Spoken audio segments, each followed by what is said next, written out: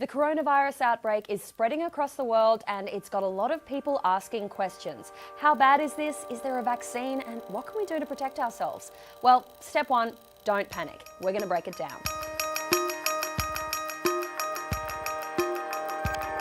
First of all, what is coronavirus? Well, for starters, it's a whole family of viruses. SARS, which first hit Hong Kong in 2002 was an outbreak, that was caused by a type of coronavirus. But the coronavirus family also includes the common cold. This coronavirus was first discovered in Wuhan, China in 2019, and it's a whole new strain. It's officially known as SARS-CoV-2. Now, the SARS part is confusing. It's not actually the same virus that caused that 2002 outbreak, but it's related. The disease you get when you catch the virus, that's called COVID-19. Coronavirus, COVID-19, SARS, I know it's all incredibly confusing, but for a long time, health officials didn't actually know what they were even looking at. They now suspect that it was an animal virus that crossed over into humans, potentially at a live animal market. We've seen that kind of thing before with swine flu and avian influenza. It gives us a whole new mutated strain of a virus that health officials have never seen before. We now know that the incubation period, the time between when someone gets infected and when they start showing symptoms, that could be as long as 14 days. And that's a problem because you could have people that are not showing outward signs of the virus but are walking around and infecting other people without even knowing it. And that's why we've seen so many travel lockdowns. In early 2020, countries like the US enforced a compulsory 14-day quarantine. That's the same time as the incubation period. That applied to anyone traveling from known problem areas like China. And before we start scaremongering, no, it doesn't mean that all the people coming from those places are infected. It's just a really easy way to minimize the spread. You keep the people who may have been exposed away from the people who definitely haven't been exposed. The only problem is now we're starting to see cases of COVID-19 in people who haven't been to China and haven't been in contact with people who have. And that's got public health officials worried. So what happens to those people who contract COVID-19? Well, it's a respiratory illness, so think things like coughing, fever, shortness of breath. It also spreads like other respiratory illnesses, so sneezing and coughing on people. We don't know how long it survives on hard surfaces, but it's safe to say you shouldn't go around licking handrails.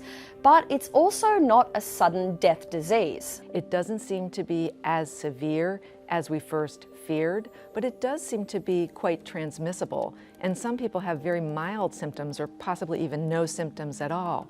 So for some people, it might just feel like a really, really bad cold. But in severe cases, it can lead to things like pneumonia. People have been hospitalized, put on respirators, and according to data from China, 2.3% of patients have died. So who's at risk here? Well, think of it like regular flu season. It's the immunocompromised, elderly people, people who have lung conditions or chronic illnesses. In fact, elderly people with COVID-19, they're particularly at risk. But unlike regular flu season, it doesn't seem to be affecting young people, which is good news. The other difference with flu season, we don't have a vaccine and we probably won't have one for a while.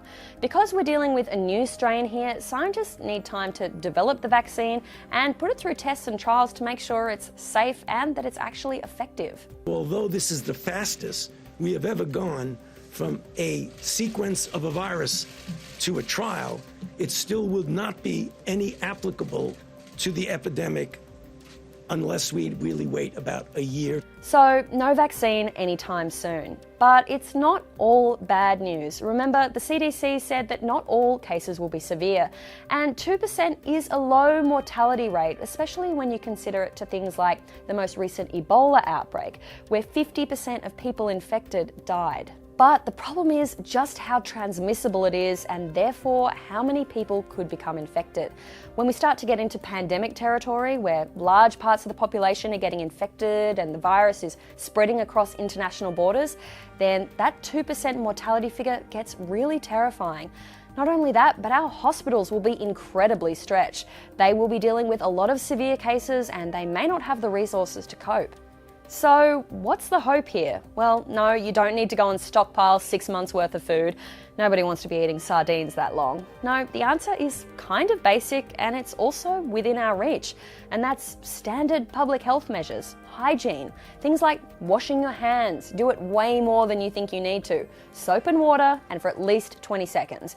And if you can't wash your hands, well, use hand sanitizer, at least 60% alcohol, and rub it on. And if you start to feel sick, don't be a hero. Stay at home. Don't go to work. Don't go out in public. Don't catch transport.